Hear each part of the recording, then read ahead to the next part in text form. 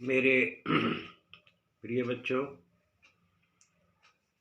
मेरे सभी लाडले भाइयों और बहनों,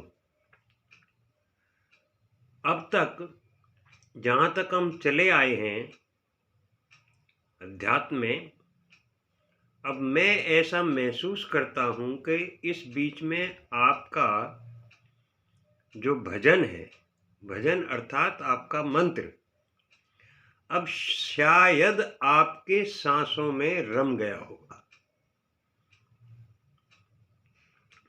अगर रम गया है तो आपको ये पता लग गया होगा कि आपका भजन कब शुरू हुआ और कहाँ तक गया, और क्या आपका मंत्र जब आपका श्वास आप लेते हैं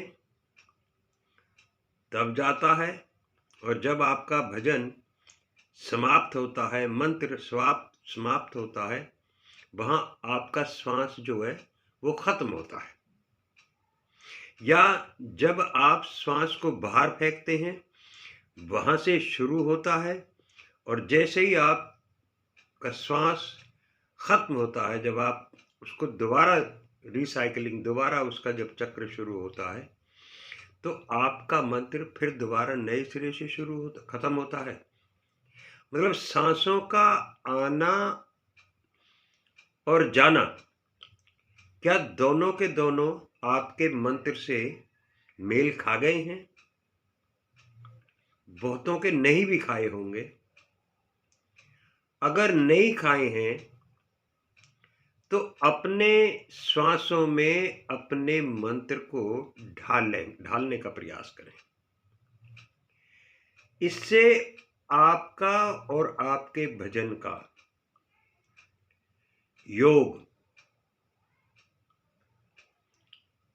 योग बनेगा। मन में और आपके शरीर में एक नई अवस्था उत्पन्न होगी, क्योंकि जैसे मन और आत्मा के अंतर को जो दूर करता है वो मंत्र है। अब इसी प्रकार आपके मन को और आपके शरीर को जो जोड़ेगा, जो जुड़ी का काम करेगा, वो श्वास है। श्वास के ऊपर नियंत्रण होना ही योग कहलाता है। दूसरे शब्दों में आप इसको ऐसे भी कह सकते हैं जैसे प्राणायाम है।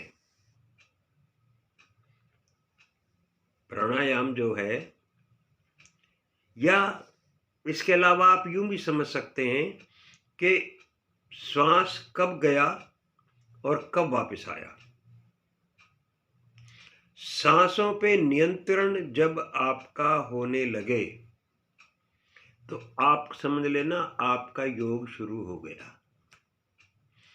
और इससे फर्क क्या पड़ेगा? योगस्य चित्त वृत्ति निरोध है। योग वह क्रिया है जो आपके चित्त की वृत्ति को परिवर्तित करती है अच्छी वृत्ति में। आपकी वृत्ति जो है चित्त की, वो बहुत अच्छी हो जाती है, ये उसमें बढ़ोतरी करती है।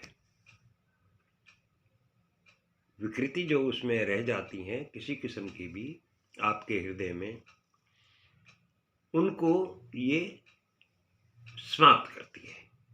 ये योगिक क्रिया है। तो आप इसको जब आप भजन शुरू करें, अपना मंत्र का जाप शुरू करें, तो श्वास के साथ शुरू करें कि आप भजन ले रहे हैं। अगर श्वास ले रहे हैं तो भजन को शुरू करें, और श्वास छोड़ रहे हैं तो भजन को शुरू करें। लेकिन ऐसा करना शुरुआत में इम्पॉसिबल हो जाएगा, आपके लिए मुश्किल पड़ेगा। क्यों? कि कई बार जैसे ओम का शब्द है, ओम के शब्द को आपको बोलने में, जो अभी शुरुआत में जैसे होता है, ओम को उल्टा जब बोलेंगे आप तो नहीं बोल पाएंगे। लेकिन इसको ऐसी अवस्था आ जाए, जब बहुत अति उत्तम अवस्था आ जाए, तब ये जब मन से भी परे मतलब चलता हो, ये नाभि से उठता हो, तो आपके लिए आसानी पड़ेगी, तब तो हो जाता है। नहीं तो आप पहले एक बार या पान में या अपान में, अगर आप सांस लेती बार शुरू कर रहे हैं तो एक बार कर लीजिए, फिर सांस को खाली जाने दीजिए। दोबारा जब सांस लें तब इसको शुरू कर लीजिए और उसको वहां एंड करिए।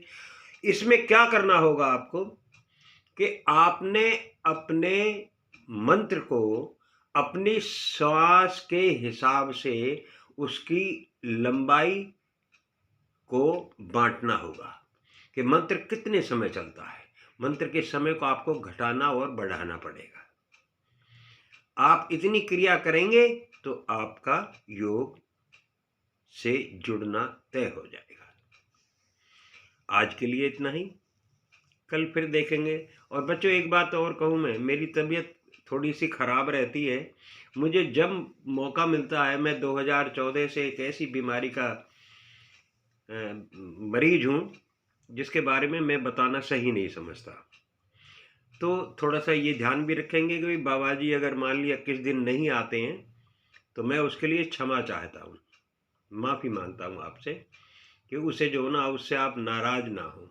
मेरा स्वास्थ्य बहुत अजीब व गरीब किस्म का है 2014 से। तो भारत माता की जय। जय हिंद की सेना। सबका साथ, सबका विकास। राधे राधे।